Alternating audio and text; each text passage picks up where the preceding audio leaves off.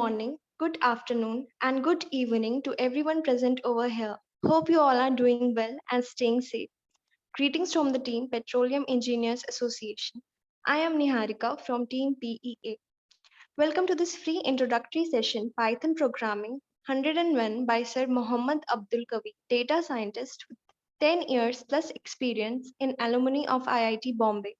Thank you all for joining with us in this introductory session. Now, without wasting any further time, I would like Sir Mohammad Abdul Kavi to start this introductory session. Thank you. I hope my screen is visible and hoping that you guys are all doing good in this tough corona times. And yeah, so as Niharikan mentioned, this is a introductory section and it's on Python programming 101. All right, so let's get started. So why you should be attending this session? That's the first question that should be coming in your minds, right? So just to give a brief highlight about it before jumping into the further details about it. So thing is, if you are an engineer, for example, you can be any engineer, let's say petroleum engineer or a DBA or a QA engineer, or you might be working on multiple various things. And you are looking at the current position and you're feeling like, the market is going somewhere else. People are talking about data analytics, data science, big data. Also there are talks about automation. And then I need to upgrade myself. I need to do a career transition. So what do I do then? So if you're thinking and you have questions, then probably this is the right session for you. Also, the domain experts, they might feel, a very good bit domain knowledge, but at the end they feel like, again, how do I apply that domain? I need to know about other, other things that the market is looking for. And of course, students, they can be any batch, any year, student from first year, second year to fourth year, or freshers who are just out of college and they're looking out for various opportunities. So if you need direction in terms of where you're heading to and what is there for you next, then definitely this is a session for you guys. And as there might be cases where you're afraid, like people are saying automation jobs are at risk and whatnot. So if that is the case, then probably it is a time for you to upgrade yourself. And yeah, the session will start and we'll talk about those in details. Okay, so let's go next. So these are the basic steps to success, if I have to say, right? In simple terms, what you do is you are here. For example, most of the people, they have a degree or they have a domain knowledge, let's say basic domain knowledge, not being an expert right now, and they want to be successful in their career, right? And there are a lot of steps, and as you see with the size of the steps, the higher the size of the steps, that's the challenge that you're talking about. And while you move from this very basic step to the very end step where you are successful, there is something called programming, bold and highlighted here. If you know programming and you have other skills that you capture, you do a lot of practice in programming, you have good problem solving mindset, for example, and you do a lot of mini projects, for example, right? And if you add this to your degree or your domain knowledge, then you are finally at the end step. You end up getting recruited by good companies, you get a good job, and then you start working on multiple projects, different ideas, and then you start giving results, and yes, you are recognized by the company, and then finally you achieve success, right? And now what I see most of the people, and I'm having this hypothesis that a lot of few people who joined here are in this step, right? You have a degree, you have the knowledge in domain expertise, but you want to achieve success. And what we are trying to highlight is the first step for you to get there is programming. And yeah, the next slides will all be talking about programming and how do you upgrade yourself. Okay. No, the agenda for this meeting is we'll introduce you to something called Python. People call it Python, anything is fine, but the person who created it, he called it Python. So let's keep it Python for now. I call it Python as well. Then we'll talk about what are the advantages of Python programming. So while we say only programming, that you need to add why specifically we are choosing Python here. Okay. Then we will look at various application of Python. Where is it applied? And there are plethora of various applications that you can use Python. And we'll talk about that in detail. Definitely, as this is the only first session, we are giving an introduction. We'll talk about the course that has been offered, right? What are the content and what are the key highlights of the course? And there will be a simple demo. We keep on saying hands-on, but I'll try to highlight how we are trying to, take this course and what all the expectations in terms of this course and what you can get out of it. All right. So going to the next slide. Okay, what is Python? Python is a widely used journal purpose. When I say journal purpose, it can be applied anywhere. All right. So any multiple applications you have. So it's not specifically doing a purpose, right? There are a lot of applications in which you can apply Python. All right. And it is a high level programming language. When I say high level, it is understandable by human beings. Think about it that way in simple terms. You and me, if you read Python, we understand it. Rather than machine knowing Python, it's more of a high level programming language. A lot of people say scripting language, interpreted language, and all of that. I didn't wanted to keep those technical terms for now because this is for general audience. We'll talk about that once I go through the slides. All right. Now coming to Python, who created it?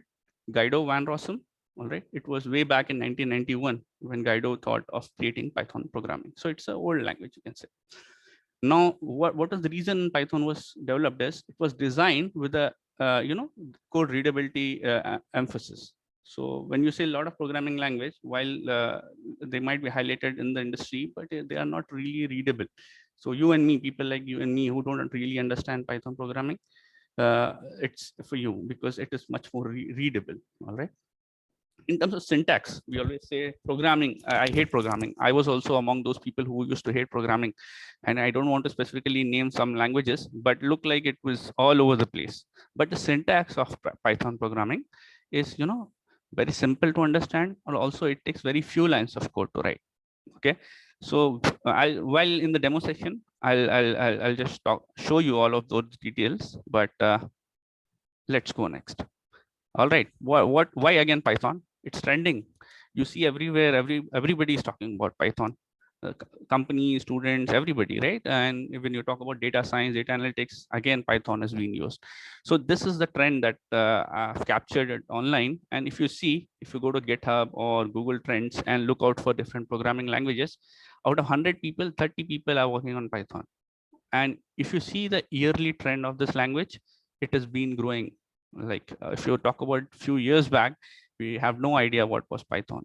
But as you see the latest trend and the market, you see, yes, people are talking about Python. And if you say there are other languages also, they are either staying the same in terms of the popularity or they are going down, right? So we are here and we wanted to focus here. We want to go with the market, right? We want to go with the trend. That's why we have Python programming. All right. Going to next slide. Advantages. So first 2 points will cover all of the advantages. I feel it's easy to learn. That's the first thing. Any programming language, if you take, you find it difficult to learn most of the time. You're not interested in the first place. But here, if I say Python, it's very easy to learn. That's the important thing. Next thing is easy to use and fast to develop.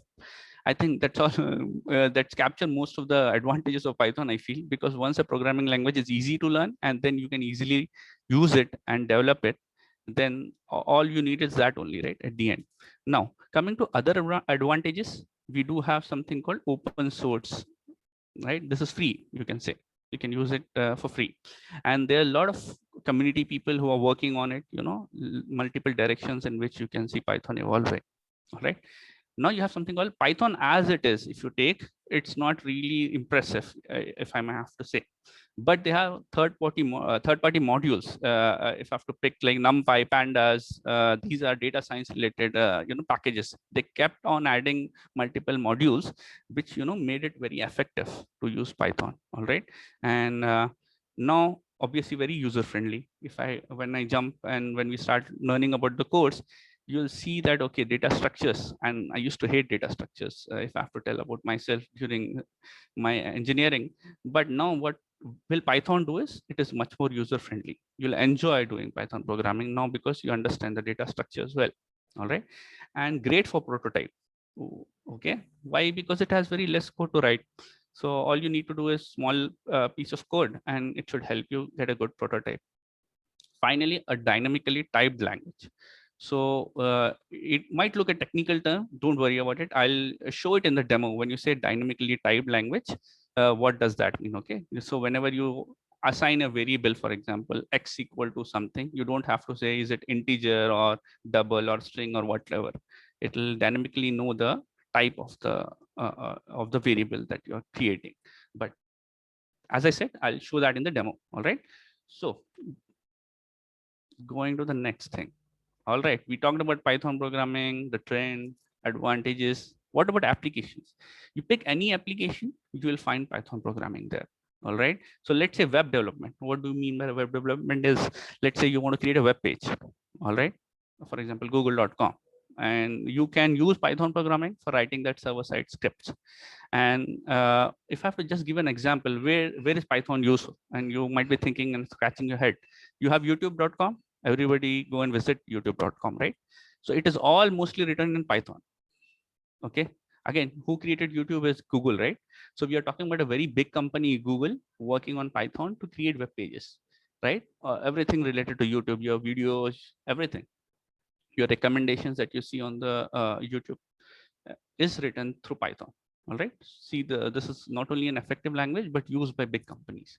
Coming to machine learning, again, we'll be talking about this in detail in future courses, because the reason for you starting off with a Python programming course in the first place is we want to go to this level, right? Where you say, either you become a data scientist like me, or you probably want to do something on machine learning in your domain. It can be oil and gas, it can be retail, it can be any sector that you're coming from. There are plethora of applications in Python. So we do have applications in machine learning as well. All right. Then you have data analysis. We do that through Python. Most of the time you talk about scripting. What is scripting is, people might be scared of automation, right? Your jobs are gone, your job will be automated. Don't have to worry about it. Why? Because if they are simple tasks, if they can be automated, then why don't you be doing that automation part rather than doing that task? So all it takes is writing a scripting language, using a scripting language to automate things. All right. So you are upgrading yourself at the end rather than doing the same activity which you used to do multiple times. You are just upgrading, learning programming, and then writing scripting language or automated tools you're using and trying to optimize the work that you're doing in your company. All right. Gaming, if people are into gaming and they want to develop games, then yes, this is the language for you. We do use it for embedded applications and desktop applications as well. All right. So as I said, there are a lot of things, a lot of places that Python is being used right now. So if you feel, then this is the right time for you to learn Python. Okay. Now going to the next slide. Coming to the course content, right? So what we will be doing is, we will be talking about everything related to Python 3. So there is something called Python 2 as well, but it is outdated. Okay. So it has been there for some time, and the community is not supporting Python 2 anymore. So all we will be doing is, we'll be using Python and whatever the latest version. And what do we have right now is Python 3. Okay. Currently, if you talk about it, the current version is 3.9. Okay. Probably we'll go to 4 in future. But currently, that's the latest version of Python 3. All right. So in Python 3 or any programming language, if you pick up, these are the basics thing, right? Which we talk about. So we'll see how we create variables. We come up with writing functions, statements like if-else statements. Then we have data structures that we talk about. We do talk about list, dictionaries. How do you loop, for loop, while loop, all of that, and reading of IO files. And trust me, you might have had C language and you might have struggled to understand all of this concept, but Python, you'll love it, and definitely this is going to be an interesting course. Then of course we can't miss the object oriented programming part, so we do talk about that also. And libraries, as I told, Python as it is might not look that effective, right? But when you talk about various third-party libraries, we do look at how we try to use those libraries. All right. Error handling, most of the time when you're developing anything, a lot of errors. You have try, catch, remember all of those concepts. If not, no problem, we'll go into details about how we handle error and make effective coding. Then finally, we might have a small project. When I say project, it can be a mini project as such.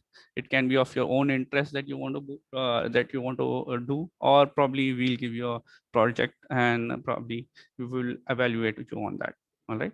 And what do you expect is, let's say you take this course, and what we are saying is, okay, it's not just about a 1 hour session where we give you the session, we'll just walk you through all of this and that's it. We are done and dusted. No, that is not going to happen.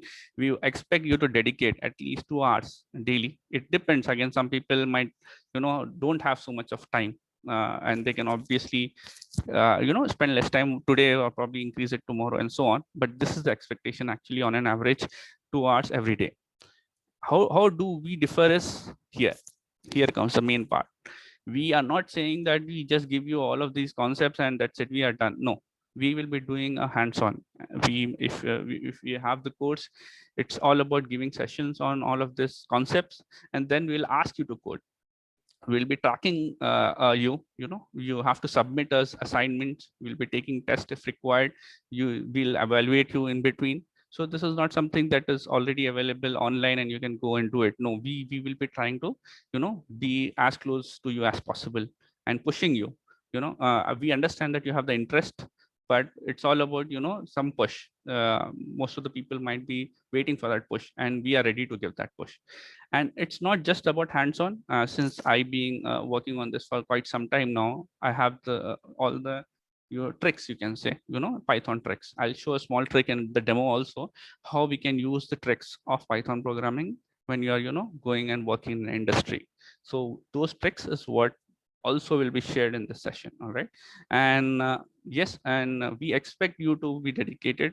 All right, that's the only expectation. And if you're not dedicated also, our team will try to push you and ask you to do all the submissions on a regular basis so that you are up to speed. And one point, very important point, which I want to highlight is this is just a beginning session, right? You remember the steps where I said, okay, you got domain knowledge, you got programming, but if you want to go do something on data science, for example, or machine learning, or data analytics, where do I start off with? A lot of people have that question. This is the place to start. So we are directly not going and giving you a session saying or a course saying that go for data science directly, because a lot of people struggle because they don't understand the basics itself, which is Python programming. All right. So if you miss, for example, this course and you want to directly go and look, you're looking out for data science for future, then it will be a trouble because your basics are not strong. So what we want to do is, in case in future we have courses in data science, we first want to make sure that you people understand Python programming in the first place. You enjoy it as much I do, or other people who will be training you, right? And then probably we'll start pushing you guys towards that career development path where you call yourself a data scientist probably, or you're an automation expert and whatnot. All right. Okay. And so coming to the demo part. So what I'll be doing is, we have been talking about this for a long time now, saying, hands-on, hands-on. But what we'll show is what hands-on is expected, how we are going to do hands-on. All right. So first simple demo that I'll give is using Visual Studio Code. If you don't have it in your laptop, no problem at all. As I told, this is in my local machine. We have to install Python. We have to do a lot of, configurations. So if people are saying, no, I don't have enough space, or I don't have use a decent, machine, no problem at all. There is something called Google Colab. Again, I'll give a demo about it also. All you need is a Gmail account. All right. If you just have a Gmail account, you can start developing and writing code in Python. Okay. So let's start with just the first demo part where I'll, run some Python code in my local machine. Okay. Nikhil. So now in this session, I've almost spent 20 minutes just to say about Python, but most of the time I want to focus on the demo. So guys, just if you have any notes to write down, please do that. All right. So let's see. You guys see my screen. Nikhil, is it visible? In ID, you can say where in my local system, I have this installed along with Python. So how do I see if it is Python is installed? If you see, this is a terminal, right? So I say Python version. Do I have any Python version here? Yes, there is something called 2.7.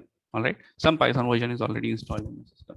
What I'm doing is I'm going to go to file, all right, and say new file. Now in this new file, most of the time people, what they start off with is the hello world, right? Most of the time people say, let's write a hello world program. Let's do that here. Let's say I say print. That's it. Hello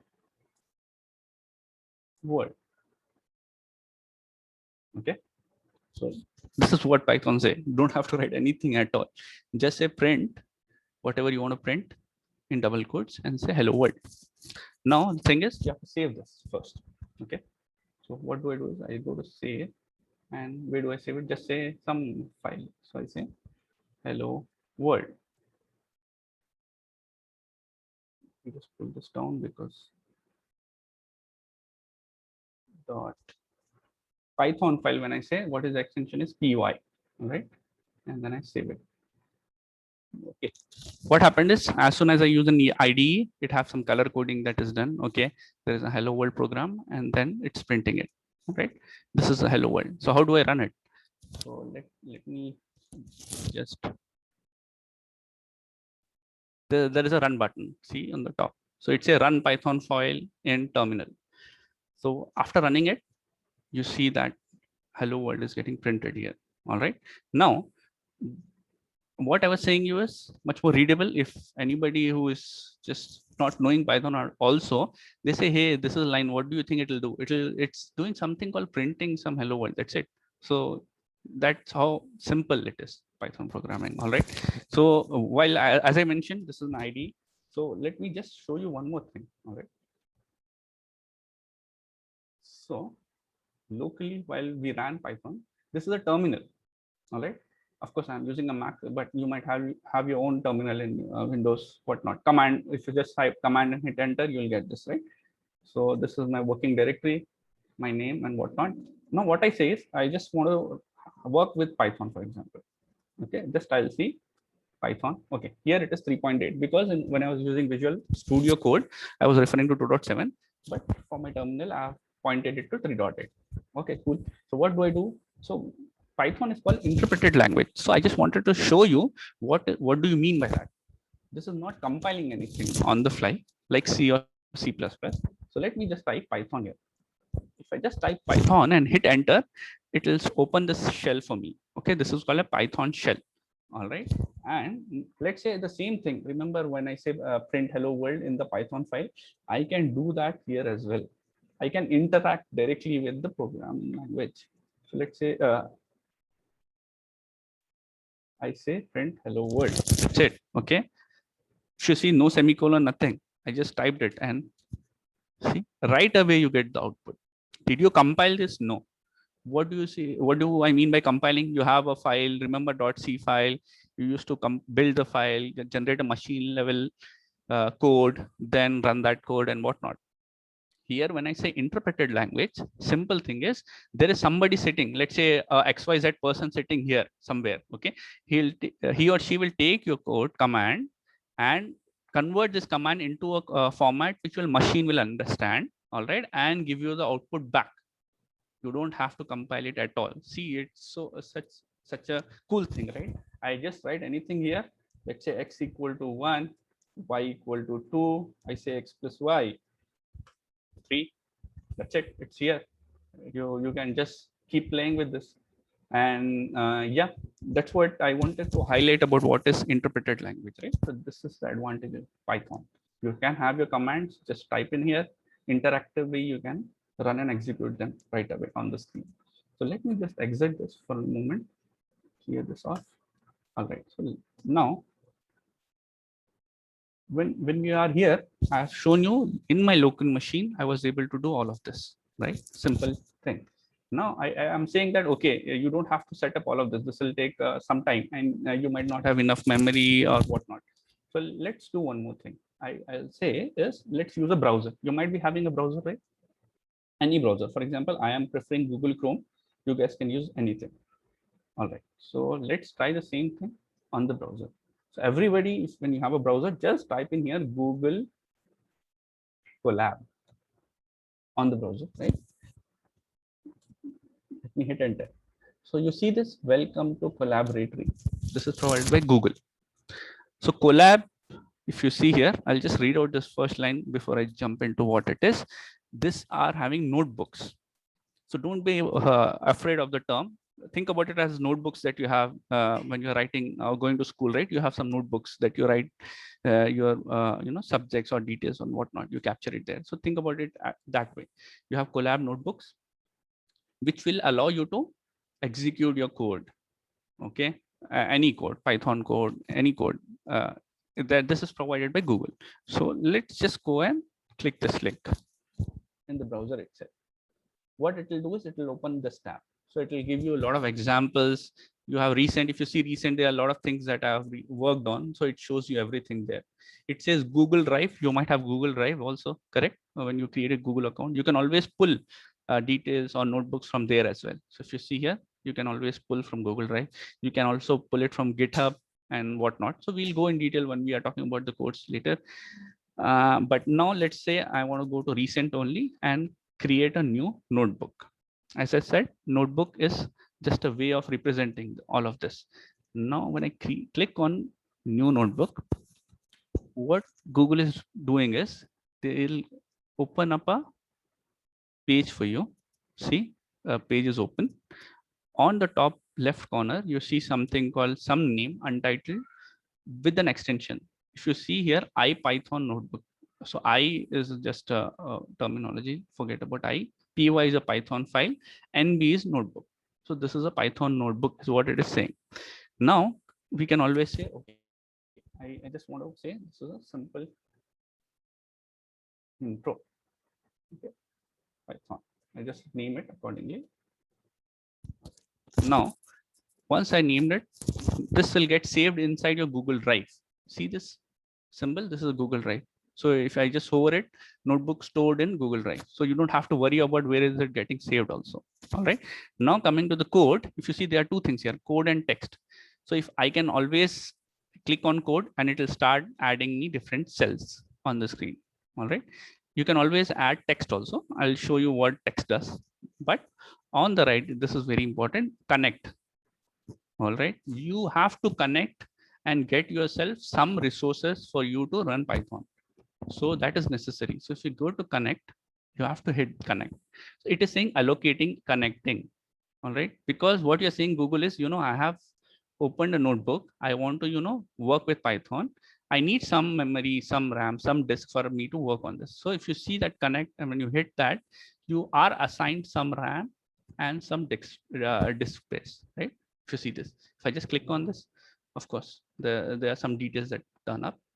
Okay, I won't go in detail about it right now, but resources are assigned to you. Okay, now that's it. You have your Python available. You can do anything and everything here on the browser itself.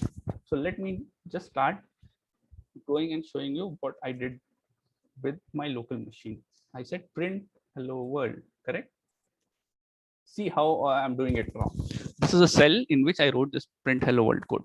When I want to run it, the button that is available is this. So you can actually hit this button and start running and giving you the output. So there are multiple shortcuts also for running. Generally, I prefer the shortcut where I say shift enter.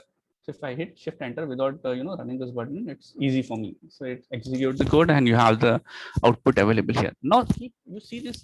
Now while I ran this, it is interactive. When I say interactive, you can directly run it like I was showing you the interactive shell, remember earlier, more of interpreted language. So you have the output available right here. Now I can do the same with the next cell, next cell, next cell, so on. Now what I'll show you is what is text. I have been saying cell, cell, cell. What is text? If I hit text, you can say this is my first program, for example, and hit shift enter. See, this is not a code or a Python code. This is just text, plain text. If I want to do anything after this, I can always refer to this text, right? And you can search for details and whatnot. So it is kind of very cool.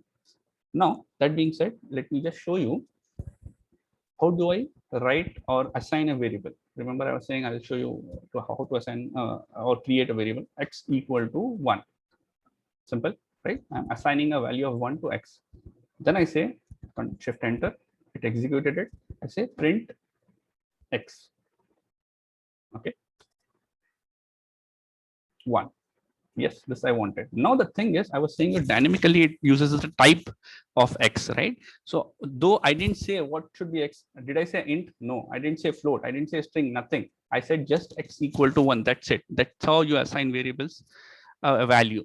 And how is it actually saying x might be an integer is because you have assigned a number to it. As simple as that. All right. I print the value of x here. Then I say, okay, all right. Then I say, let's say I have something called y equal to 2. All right. Now, since I'm short of cells, you can actually just go in between these two and say code, code, code. All right. So since I'm doing a demo and I need some code, I'll just create multiple cells just for time being. And let's say now I go here and say, I want to add anything. How do I say X? Simple thing is operator is plus Y. That's it. So you assigned a X, Y with no other complications, and then you got a value 3. People say, okay, I have X equal to 1. How do I comment out? So for commenting out, there's something called hash. This is a comment, for example, right? Again, you have one more line, let's say line 2, you can comment it with a hash. Line 3, you can do the same way. But most of the time people have been struggling, right? Because they are always, if they are multiple line, they have to, hash. So the other thing is you can make it a doc string also in Python. I say, I don't want a hash. I have 3 lines. I'll use triple quotes. Let me run it. What does it say? X is assigned a value 1. You can do the same printing right in the cell itself. We don't have to print it in the next line. I say, okay, do this and print me the value of X. Run it. Yes, see X, it is available here. Now X, Y assigned it, X plus Y 3. Now if you say, Abdul, okay, let me just know how do I create a string. Let's say I say hello is my one string. Now see, this is double quotes and this is a string value. So do I say this is string very beginning? No, it will automatically be taken care of. So string 1 is hello. Let's say I say print string 1 says hello. Let me just say, okay, one more string I want. This string 2 is, for example, world. Okay, and then I say here in the cell itself, print. How do I add these two strings? I don't have to have concat, this, that, nothing. I say string 1 plus, that's it, string 2, hello world. These two strings are added. Now, when I'm saying type always, right? X is an integer, this string is, this is a string already taken care of. Can I add them together? Let's see. If I say string 1 plus X, see, X is a 1 value, string 1 is hello. Can I just do this? It will throw an error. Let's see if it does. Yes, it says you can't concatenate a string value and an integer. But you might be shocked to know how did it find out it is integer? It will automatically detect the type of the variable. So you can't do this, right? Because it's a string. So how do I do it? Okay, I want to force it to be a integer value. Then only I can add it, right? So I can do this. I say string str, the function which will take my X, all right, and convert it to a string. Okay, what will happen if I do this? See, awesome, I got this. I say hello and then a 1, because this X is no more an integer when it's trying to add these together. Say, okay, string X and then add it to my string 1. All right, this is how Python works, as simple as this. All right, you don't have to break your head in terms of trying to have a data type created and trying to keep noting it down and remembering and whatnot. Now, so let's just write a simple division function, right? Because most of the time this will be cool. So let's say I said this function, simple, I say division function for division, for example. So if I commented out, this is a comment, right? Now, how do I start writing the function in division is, this is where I want to show my the trick also later.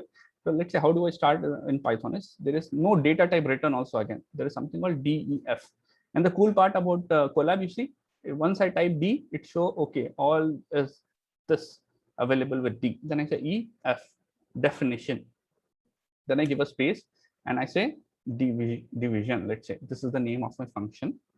All right, this is how you name the function, and then open bracket. All right, this say when I want to divide a comma b. Okay, this is how it is written. All right, and how do I end this function is with a colon. So don't have to open a flower bracket, close flower bracket, nothing like that. Just open a colon, and then this is the interesting part. As soon as I close this function, I have said this is the function name, these are the parameters the function will take, and a colon. I have to hit enter. You see this.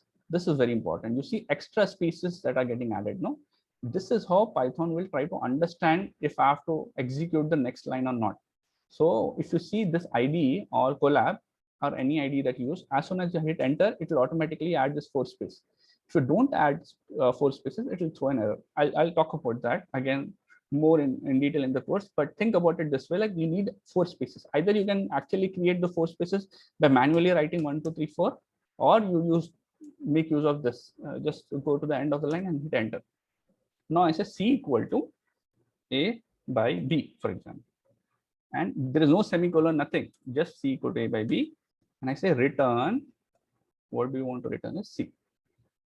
That's it. So I have defined a function, take parameter, and then divided it, right, based on my parameters, and I'm returning c.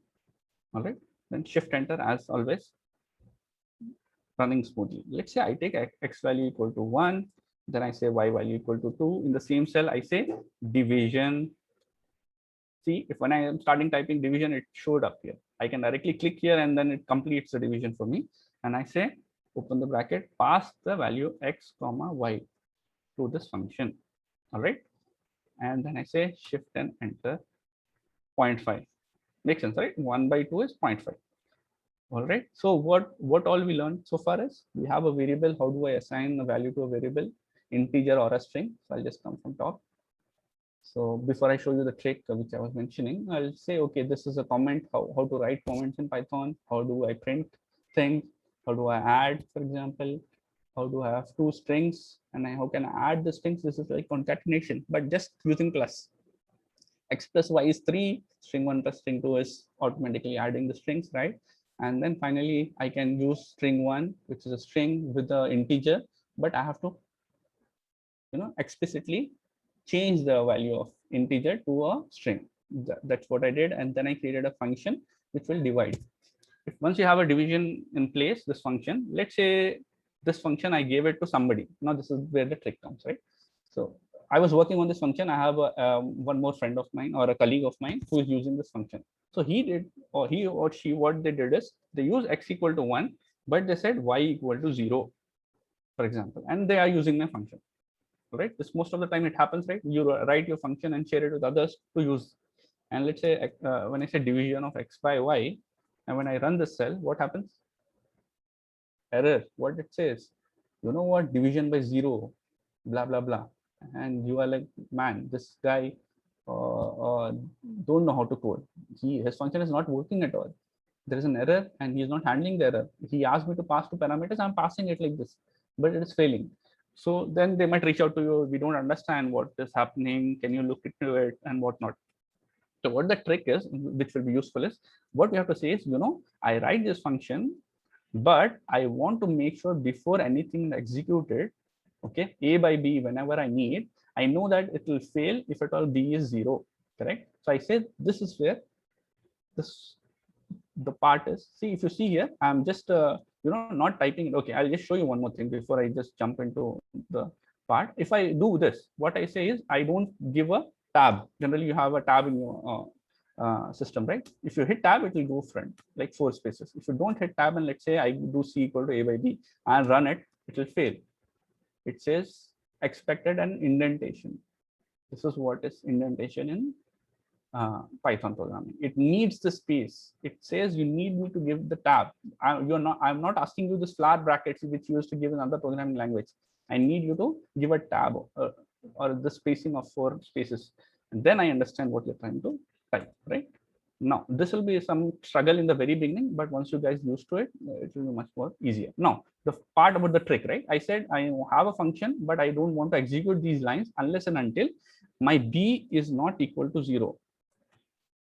In case b is equal to 0, then what happens is my code will fail. I say b is not equal to 0, I have to check. If it is b is 0, don't run this. I write something called assert statement. This is, if you see, this is a keyword. Like return, if you see, it is in purple. Assert is also in purple. See, this is again a keyword coming out of Python. I say assert b is not equal to 0. Just this line. Now let's see what happens. Right? I just execute this cell. I come down, and the same friend who was getting this error, let me just copy this and paste it in the second cell. Okay, let's see if I run the same cell. It says again a failure, but the failure is not inside my code. It didn't go until my code itself. It failed in the very first check. You have to tell your friend, there are some checks that I am doing if you want to use my function, right? That check is your b should not be 0. If b is 0, we won't be able to do anything out after that. So your friend will look at this error. So instead of reaching out to you saying, you know, your function is failing, he or she realized that, okay, there is a failure in the assert statement. That means the parameter that I'm passing, there is something that is missing out here. Oh, it says, okay, there is a check for B, which asks it to be non-zero value.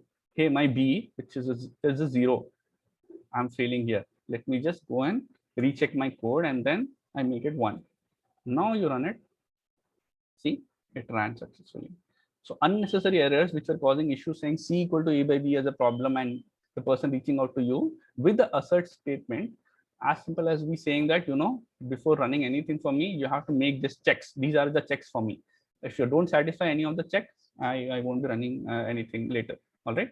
So see, this is a kind of a trick that most of the time the developers use to when they are sharing code with others. All right. And yeah, finally you have this number. If you see 1.0, you don't have to even capture it. Let's say I have a z equal to division of x by y.